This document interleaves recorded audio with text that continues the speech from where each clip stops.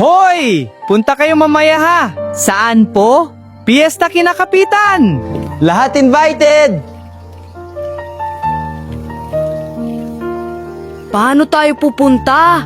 Isa lang naman polo natin. Salitan tayo. Bakit ba ganyan ang puso ko? Ikaw ang ilaw sa dilim.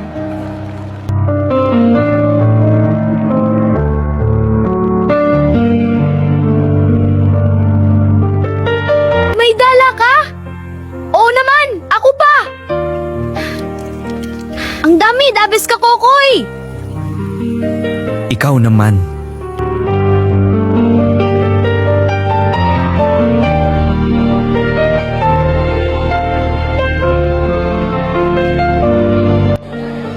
Teka. Bakit para mabilis maubos? Kap, oh? Kanina puno pa yung menudo. Oh? Ngayon halos kalahati na. Ha? Parang may nag-uuwi.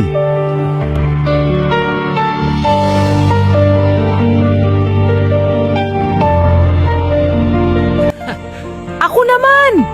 Kuha ka dessert. Bigay natin kay mama pag gising na siya.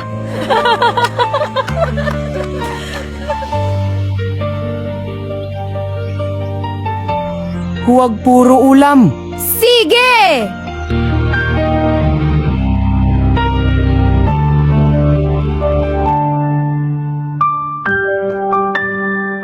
Papunta na ako sa piyesta!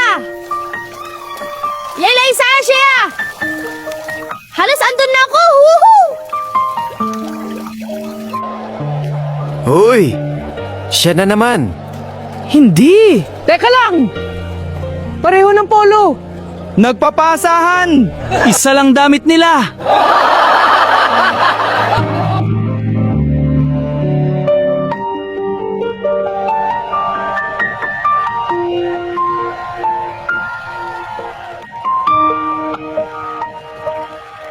Hoy!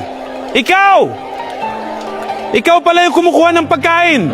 Kanina pa ako nagtataka kung bakit parang naubos agad yung handa!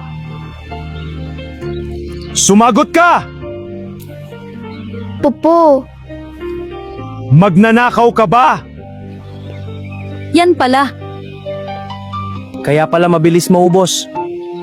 Napakakapal naman. Tingnan natin yung tinatago mo.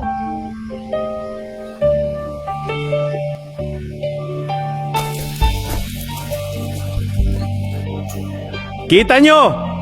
Nag-uwi! matakaw! Nagbabalot na hindi pa tapos ang daan. Kawawa naman.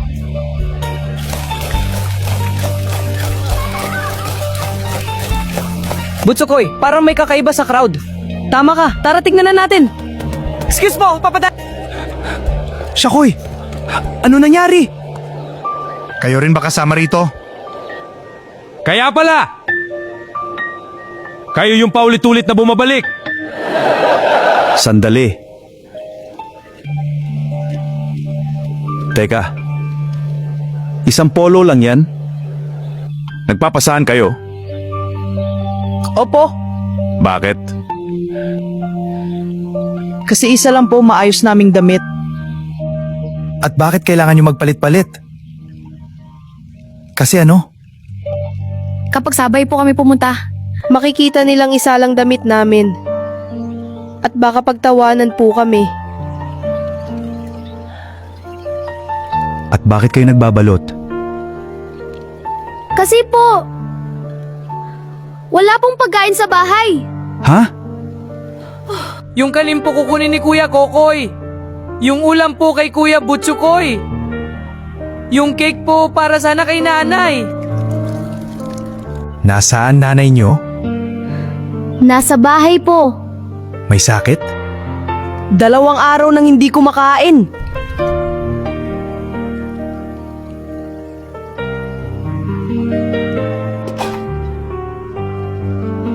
Nasaan ba nanay nyo? Nasa bahay po. Bakit hindi siya sumama? Pagod po. Tsaka tulog pa rin po. Tulog pa rin? Opo. Ilang oras na? Di po namin alam. Matagal na po. Mula kailan?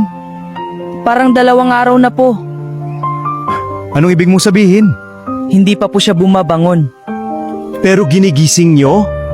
Opo. Paano? Kinakausap po namin. At? Minsan kinakalabit. Wala pong sagot. Saan bahay nyo? Doon lang po sa dulo.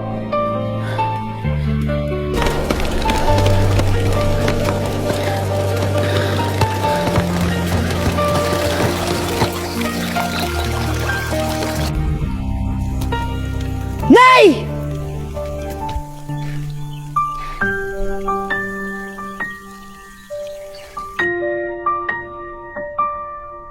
Lord?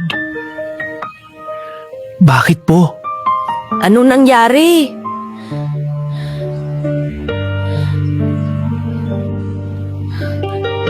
Mga anak, wala na ang nanay nyo. Anong wala na? Patay na siya. Hindi.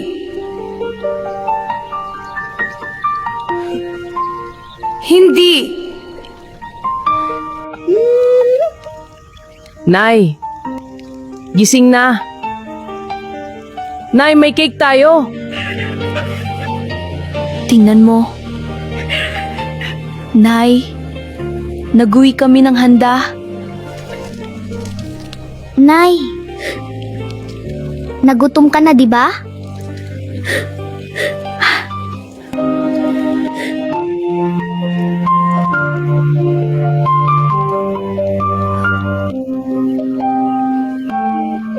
Kuya, kaya pala hindi na siya humihingi ng tubig. Kaya pala hindi na siya nagagalit kapag maingay tayo.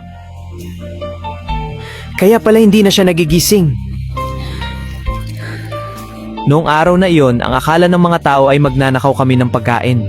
Hindi nila alam na 3 batang gutom lang kami na gustong may uwi sa bahay.